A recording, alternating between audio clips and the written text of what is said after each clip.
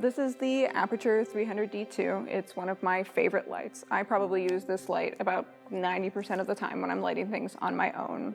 I really love it because it is powerful while also being simple. So it's a great light if you're just starting to get into lighting or you don't know anything about light controls or DMX. It is a DMX capable light, but it works great without any DMX capabilities.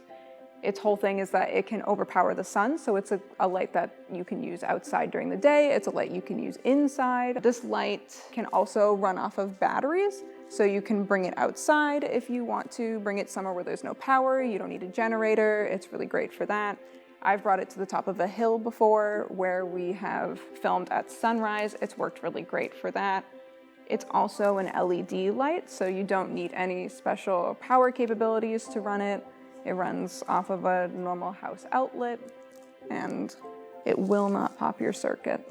There's some really great features with this light. And like I said, it's really simple.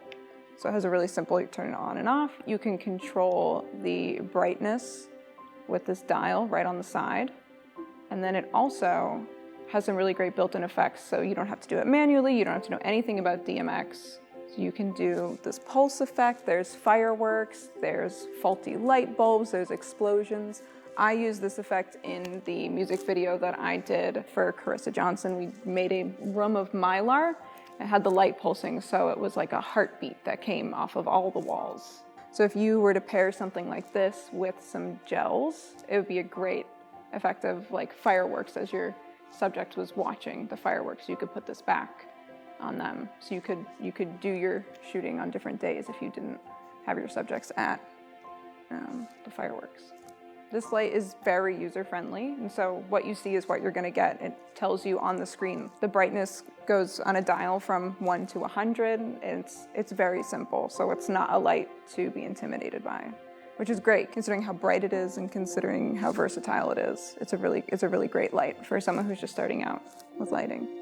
One of the other things that I absolutely love about these lights is how easy they are to modify. There's so many different attachments you can buy, and it's very simple to figure out how to use all of them. The Fresnel is one of my favorite attachments to use. It is a way to magnify the light, so it makes this already very bright light even brighter, and then you're able to focus the light. There's a lens in here, so it can go from a big flood to a smaller spot, and it's a really beautiful spotlight that feathers out on the edges. One of my favorite ways to play with and modify light is by using gels. So gels are just a clear plastic sheet that come in many different shapes and sizes and colors, any color you can think of.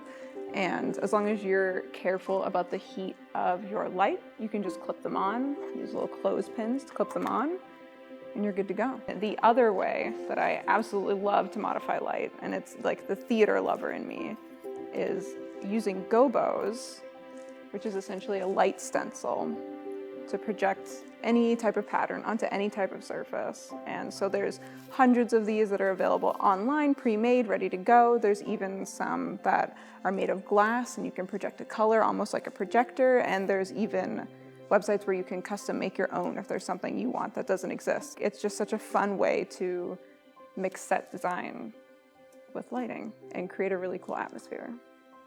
All of the lights and all of the modifiers that I talked about today are all available at high output, and the great part is if you're a WIFVNE member, you always get a discount.